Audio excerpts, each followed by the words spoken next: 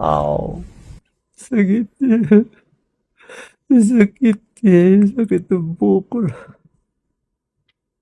I check my WBC. Sabi niya, paano ka nabuhay? Your WBC is 0. If I do not put out this video, I will just die. The news will be, Doc Willie died one day. He did not tell his followers. He lied to his followers. I owe it to the Filipino people to be honest to them. I owe it. Mahal na mahal na mahal na mahal na mahal na mahal na mahal na mahal ko kayo po lahat. I think I got all this pain from negative thoughts, negative emotion, from all the hurt, from all the bashing I got from the 2022 vice presidential campaign. I got so many bashing. If you pray for me, I think I will get well. If you keep on bashing me, I think I will die. Hindi nyo naiintindihan kado ko kayo kamahal. Bawat takbo ko para po sa inyo, hindi para sa akin. Anong ginawa nyo? Binas nyo na ako ng binas. Sobra loob ko. May isang basher nagsabi sa akin, Doc Willie, even if you run 10 times again and again, you will lose again and again and again. What did I do to you? Why do you hate me so much? I saw my mom. My mom died. Nandun siya. Tinukuha na niya ako eh.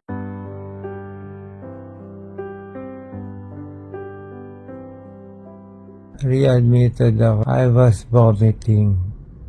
Delirious. High fever.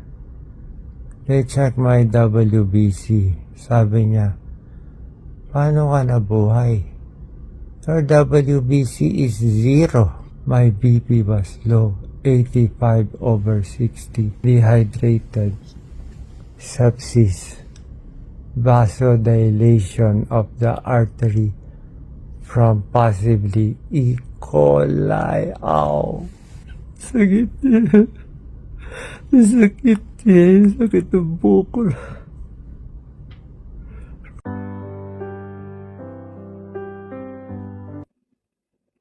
Kamusta po sa mahal kong followers? How are you? Update ko lang po kayo sa condition ko, ha? Walang iyakan muna, buhay pa naman ako. So today, ginagawa ko tong video, September 11, 2024. What time is it? 11 a.m. 10 a.m. Okay, 10 a.m. You know, parang may transformation po sa akin. Hindi ko alam, parang alam niyo, gabi-gabi, parang may pumapasok na spirito dito. Di ko alam ano nangyayari. At meron ako mga nakikita, kukwento ko sa inyo. Sabi nga nila, yung mga may cancer patients, I have sarcoma. Para sa mga doktor, you can use me as your case study din, ha? Okay lang po, hindi ako magagalit. I will allow it. Use Doc Willie on case study. Ganito yan. My diagnosis is sarcoma.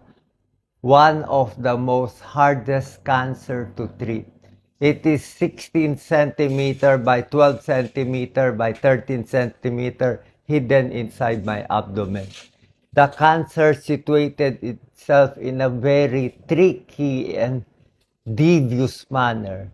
It started from the T10, T11 spine. It grew to 16 centimeters. This sarcoma, it is so destructive. It blocked half of my esophagus. See, it is hard to swallow.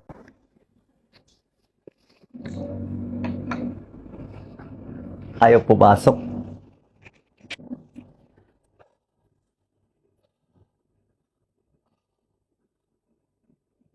Bukod sa, hindi ko tinatawag na salbahe ang cancer, ha.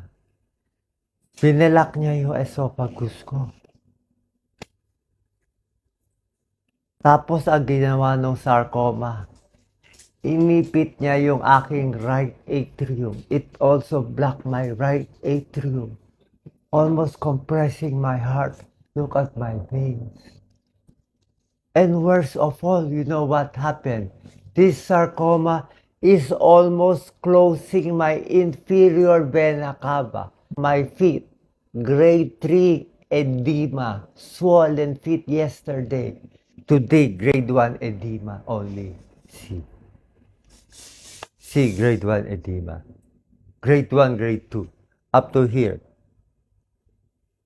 It's a pitting edema. See, it's a pitting edema. Look at my legs. It's pitting edema. Tisa, tama na. Nakakatakot na yan. So, I will show you. Sa lahat po na may cancer, I will speak in English. So, everybody in the world will be inspired. If you have cancer, you have to fight. I have one of the best doctors this morning. I am not saying they are the best, we are not the best, or Philippines is the best. It does not matter.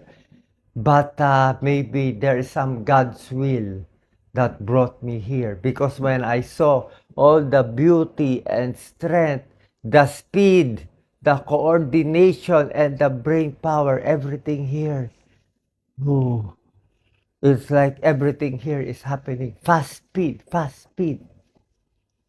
Here, in 2 days, they will get all your labs ready. On the 3rd day, they will kill the cancer. So on the 3rd day, I had the first chemo. The problem, I am admitted right now for one of the side effects of chemo, which is low WBC, which led to my condition now. You will be very surprised sa mga doktor po dyan. For those doctors and health workers watching, my diagnosis right now is neutropenic sepsis. So, ano po, what I should do as cancer patient, I was given this regimen, doxorubicin, but my hair, it fell a lot. But they say all this hair will fall off. So look at it while I still have hair. I also took cisplatin, the IV. That's why everything I eat is metallic.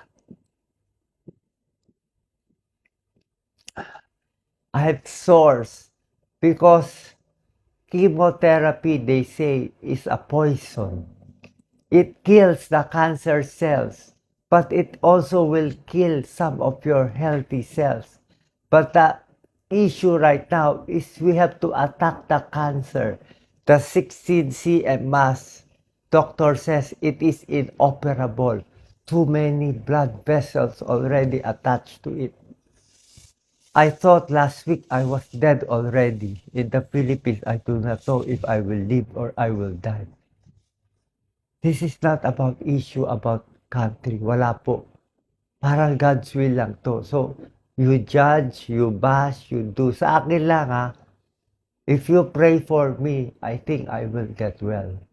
If you keep on bashing me, I think I will die. I think I got all this pain from negative thoughts, negative emotion, from all the hurt, from all the bashing I got from the 2022 vice presidential campaign. I got so many bashing. I just ran for vice president. What did I do wrong? I did not do anything wrong. I love every one of you. I'm doing this for the Philippines. Di ba may kasabihan tayo? Ang mamatay ng dahil sa'yo is the Filipino worth dying for. Gusto ko tumakbo, pero paano ka tatakbo? Sabi ng doktor ko, Kena, hindi ka na makakahabol. You have no more time. I need 2 to 3 months before they say if I will live or I will die. I was close to death 2, 3, 4, 5 times. I was having visions of war already. They say I was delirious. They say I was insane. I had many mental exams. So ito po, this is what you do if you have cancer patient. You have to try and get the best doctor, get the best diagnosis wherever in the world, US, UK, wherever you go. Nahihiya, I am just ashamed. You know why? Because I am lucky to have some money and people supporting me. You know my medicines, how expensive? I am taking meropenem. Carbapenems, one of the highest antibiotics. But our countrymen are very poor. They do not have health care. They are just dying there from the corruption of politicians. I'm sorry. Nakita nyo, why is my voice like this? Why is my voice like this? Wala na ako boses. Na-dry na ako. Paus na ako. The old Doc Willie is gone. The duwag Doc Willie is gone. This is the new Doc Willie. This is the matapang Doc Willie Og. Kaya pag sabihin nyo duwag at pagtok si Doc Willie, yun yung luma ha. Iba na to. Pasensya na po mga politiko. Masasagasaan ko na kayo ngayon. Anyway, ako, pagat ko dila ko, mas mali siguro sinabi mo, Doc. Anyway, I'm dying. I don't care anymore. I don't care. I will tell you the truth. Politicians are corrupt in the Philippines. Sorry po kaibigan ko kayo lahat. Pasensya na po. Nagkaka-vision ako kagabi. I asked my doctor, every night I dream, there is a black hand trying to attack me. You can say I am crazy, okay lang. I do not have fear anymore. I don't care if you bash or like me anymore. I will tell you the truth. Let me drink a little rose.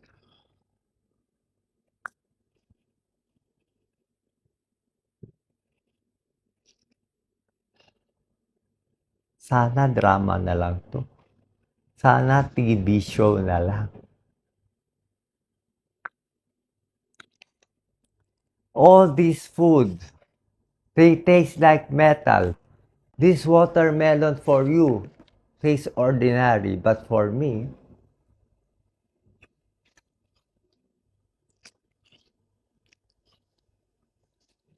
watermelon and dragon fruit for bowel movement. That is the correct process of healing. You should defecate, pass your bowels, and urinate every day. Get all the toxins out. You know what my doctor said, you can eat anything, you have cancer, you try to eat. Even if no taste, I try to eat. If I don't eat, I will die. These are my medicines. I will take it in front of you.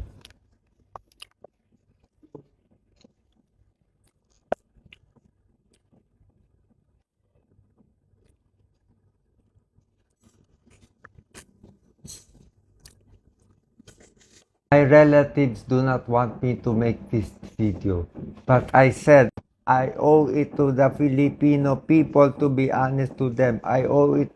Mahal na mahal na mahal na mahal na mahal na mahal na mahal na mahal ko kayo po lahat. Hindi nyo naiintindihan kado ko kayo kamahal. Bawat takbo ko para po sa inyo, hindi para sa akin. Unang campaign ko, wala akong gastos kahit na pangalawa, wala akong gastos, wala akong niloko, wala akong inaway. Anong ginawa nyo? Binas nyo na ako ng binas. Sumaba sobra loob ko. Filipinos should be more caring, more honest. That's why we have all these hardships.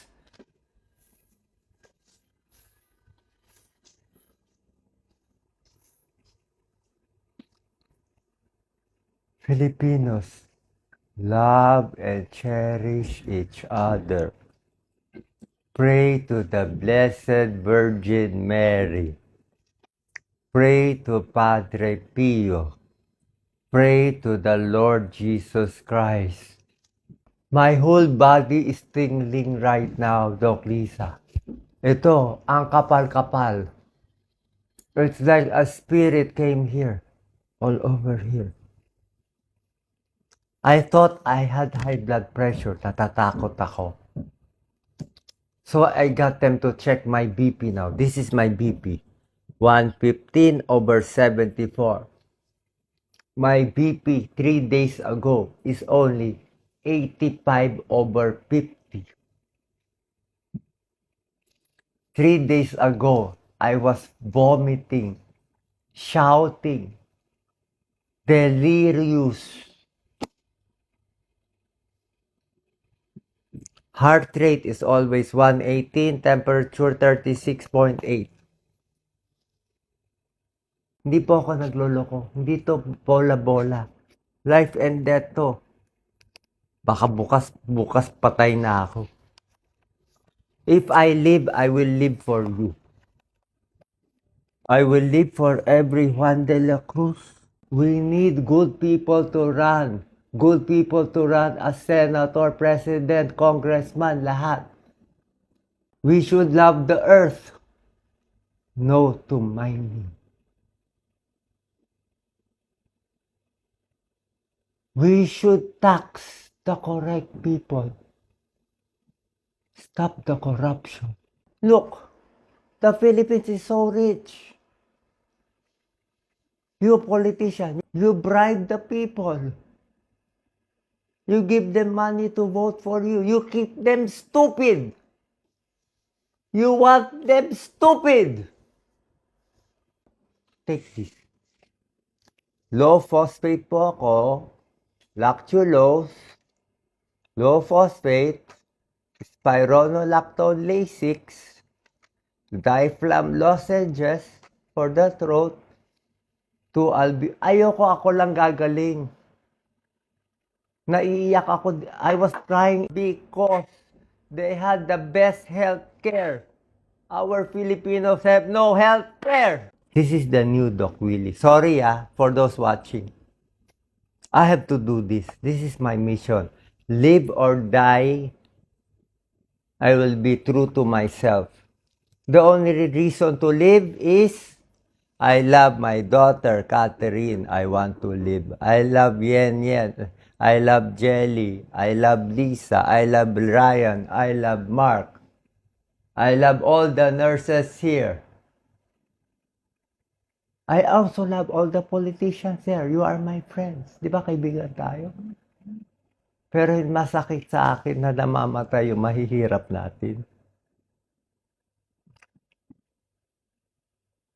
Everything I do for you.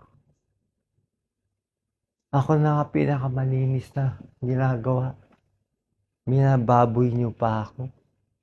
May isang basher nagsabi sa akin, Doc Willie, even if you run 10 times again and again, you will lose again and again and again. What did I do to you? Why do you hate me so much? What did I do? I never attacked Duterte. I never attacked BBM. I never attacked Larry. I never attacked Pico. I am nice to them. I interviewed them. Is the politics just a game? What is happening to me? I will tell you what is happening. In the past few days, parang marami ako napapanaginipan kasi. I saw my mom who is died. My mom died. Nandun siya. Kinukuha na niya ako eh. All my 60 years old, I serve Filipino people. Lahat ng charity, all my charity work in Salamat Doc, in Makabayan Doctor, in doing charity work in Pasay Filipino Chinese for 25 years. We always give it to the Filipinos. We will talk medicine. They say I am crazy, but my serum ammonia is normal. Ano man naramdaman ko ngayon, Lisa? Parang nanginginig yung buong katawan ko. So, anyway, I will decide if I put out this video or not. Pero this is how I feel. If I do not put out this video, I will just die. The news will be, Dr. Willie died one day. He did not tell his followers. He lied to his followers.